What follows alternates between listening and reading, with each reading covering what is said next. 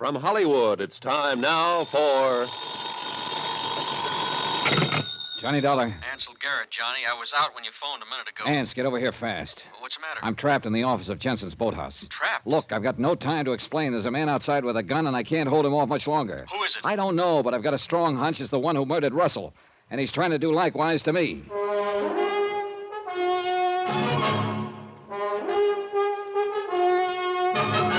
Tonight, and every weekday night, Bob Bailey in the transcribed adventures of the man with the action-packed expense account, America's fabulous freelance insurance investigator... Yours truly, Johnny Dollar.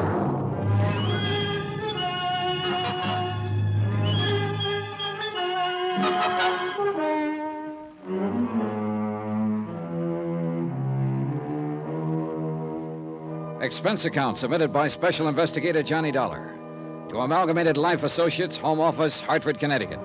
Assignment, the Crystal Lake matter. Expense account continued. Item 7, 2 cents. Just about what I figured my life was worth at the moment. The tiny office I was in had no windows and no outside door. A real trap. And outside, in the darkened boathouse, somebody with a gun was stalking me. Probably the killer I'd been looking for.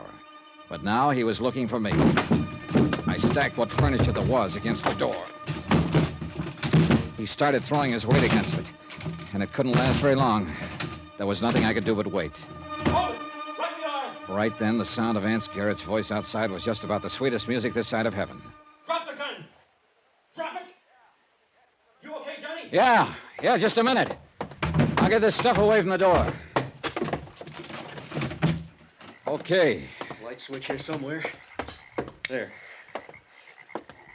Well, Bill Jensen. So you're my boy, Jensen. What are you talking about? What are you doing here anyway, Dollar? Getting shot at by you, mostly. Look, this is my boathouse, remember? You got no business to come prowling around here. Now, simmer down, Bill. Simmer down. I thought he was a prowler, Ance. Oh, yeah, sure. You knew I was getting close to you, Jensen. You decided to put me out of the ball game, and you came pretty close, believe me. I tell you, I don't know what you're talking about. I figured it was somebody after my boats Expect again. me to buy a Hold story it. Now, like that? just hold it a second, both of you. If I can get a word in edgewise around here, maybe we can straighten things out. They're pretty straight right now, as far as I can see. Maybe. Bill, you claim you figured Johnny was a prowler trying to steal something, huh? How would you figure it, Ance? I see somebody sneaking into the boathouse and catch a glimpse of somebody else hanging around outside. Wait a minute. Somebody else? Who? Man or woman? I couldn't tell. Whoever it was got out of sight mighty fast. Oh, sure. Pretty convenient story, Jensen. Somebody around here has been keeping an eye on me right from the start. But right now, it figures to be you. Look, Dollar, I'm... Hold it, Bill! A couple of Jensen's boats have turned up missing lately, Johnny. It's natural he might think that Yeah, and something else has turned up missing here, too, Ance. What do you mean? That's why I came here to the boathouse tonight in the first place. When I was here this afternoon, I noticed that the padlocks on his boats were missing. One of them was missing. They looked an awful lot like the one that Russell's killer put on the cabin door when he planted the body there. A lock's a lock, Johnny. Yeah, but one of Jensen's is missing. Don't forget that. Oh? Here, come here. Take a look. Right there. Yeah. So it is. How about it, Jensen? I didn't even know it was gone. How do I know what happened to it? Somebody stole it, probably the same guy who stole those boats last month. Look, if you're trying to involve me in Russell's murder, you're wasting your time. I didn't even know the guy, and you got nothing to tie me into it. No? Then you better listen to a few facts, Jensen. Edward Russell took off from his home in Denver and came up here to Crystal Lake looking for a guy named Bill, which just happens to be your name.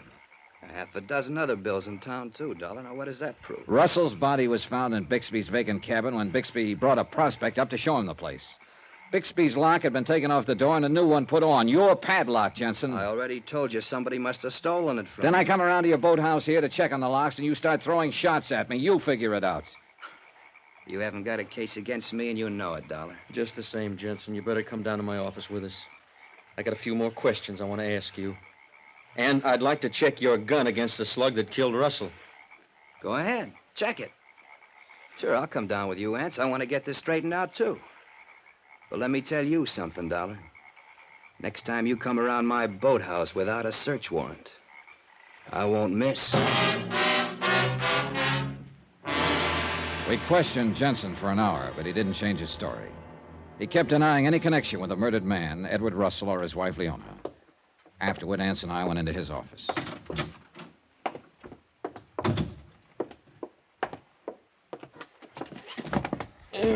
I don't think we got enough to hold him on, Johnny. For one thing, his gun's a different caliber than the one that killed Russell.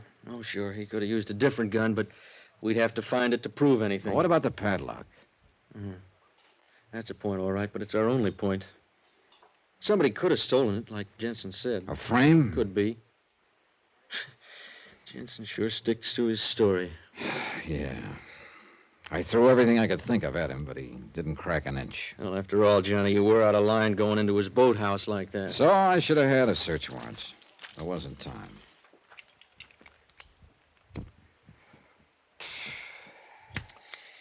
You know, you got quite a knack for stirring up trouble. If you're wrong about Jensen and the other suspects, you're going to owe a few apologies. Apologies I don't mind handing out. But Russell's killer I want. You think I don't? Deputy Sheriff Garrett speaking. What? Oh, yeah, put it through. It's Mrs. Putnam in Denver, Johnny, wife of the man who wanted to buy Bixby's cabin. Yeah. I put a call into her earlier. Hello? Oh, yeah, Mrs. Putnam. This is Deputy Sheriff Garrett up at Crystal Lake. Yeah, the reason I'm calling, your husband tells us you and he had been interested in buying a cabin up here for some time. I thought I'd check with you. What's that? You sure about that? I see. Yeah, well, thanks very much, Mrs. Putnam. Well, I guess your hunches are still clicking, Johnny. She didn't know anything about it, huh? Not a thing. Didn't even know her husband was up here.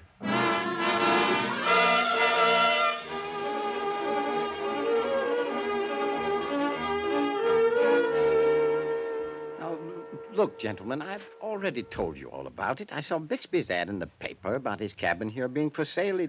It sounded like just a thing that...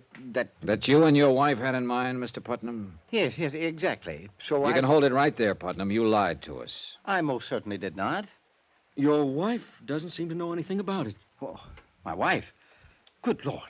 Is she up here? No, I talked to her on the phone. You didn't tell her about my wanting to buy the cabin?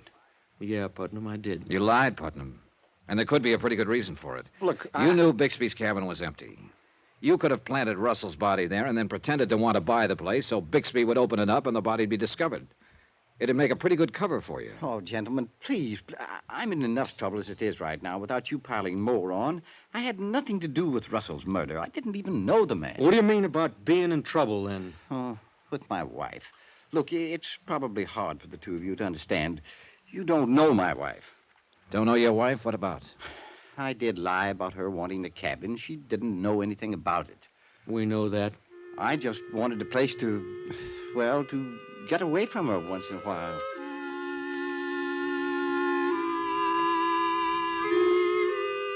Ance looked at me, and I looked at Ance. And I guess we both had the same idea. The idea that we'd run another in a long series of blanks. We heard Putnam out a long and familiar tale of woe. We could establish no connection between him and the dead man, so we finally left. We left him in the middle of a long sentence about what his wife said to him every time he got home from the office late. Ance and I went outside. The lake was silver in the moonlight, and a million stars were crowding the sky. A good night to be young. But at the moment, I was feeling 90 years old. Getting you down, Johnny? Yeah, right now I feel like an old beat-up merry-go-round. I've been going round and round, and my bearings are getting creaky. Yeah, the trouble is we've checked out just about everybody who could possibly be involved. It's motive that beats me, Ance. The only one we know of to gain by Russell's death is his wife, Leona, beneficiary of his $50,000 insurance policy. Yeah, but the Denver police established her in Denver at the time Russell was killed up here. Yeah, she couldn't have done it. We've got only one more lead as far as I can figure. The guy who drives the local taxi here at the lake. Hiram? Yeah. He keeps his car right over there in that shed. I know. That's why I was heading this way. Shed's empty, though.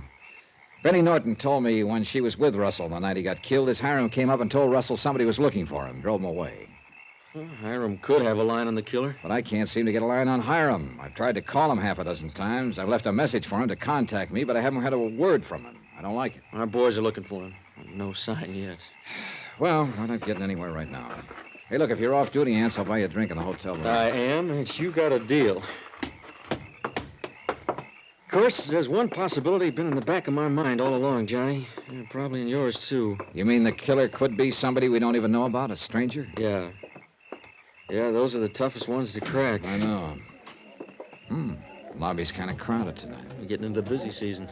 Mr. Dollar? Hey, it's Leona Russell. Excuse me a minute, Ann. Meet you in the bar. You're right.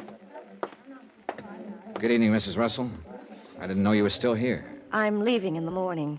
The sheriff asked me to come up here and make an identification of the body. I know. Afterward, I just couldn't seem to get myself organized.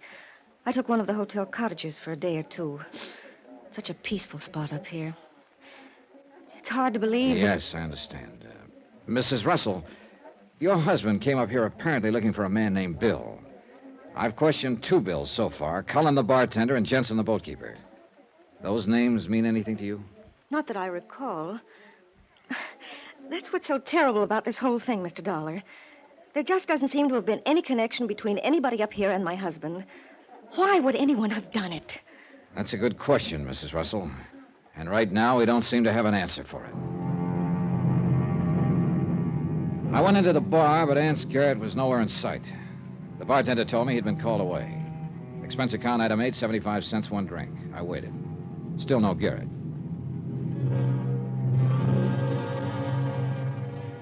After a while, I went on in back of the hotel to check on Hiram's taxi cab. Nothing.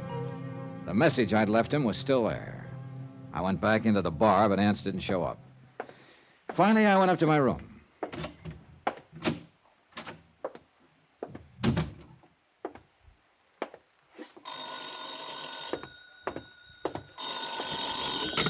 Johnny Dollar. Hey, it's Garrett, Johnny. Oh, hi. I tried to call you in the bar just now. They told me you'd gone to your room. I got tired waiting for you. Sorry, I got hauled away on official business. I'm calling from a gas station up near the 3 Mile grade. Trouble?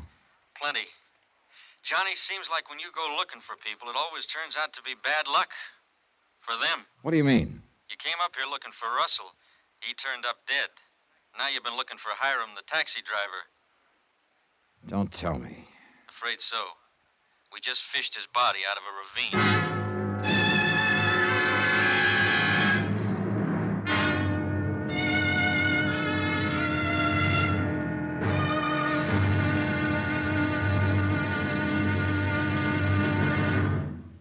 Now, here's our star to tell you about the final episode of this week's story. Tomorrow, the wind-up, the payoff. A payoff with illegal tender. Hot lead. Join us, won't you? Yours truly, Johnny Dollar.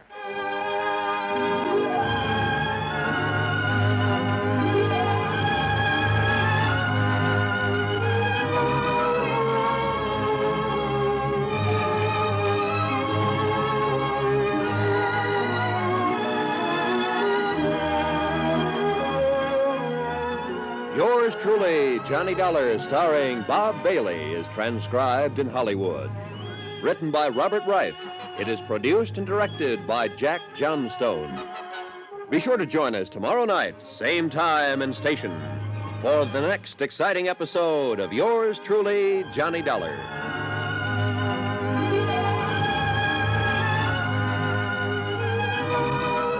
This is Roy Rowan speaking.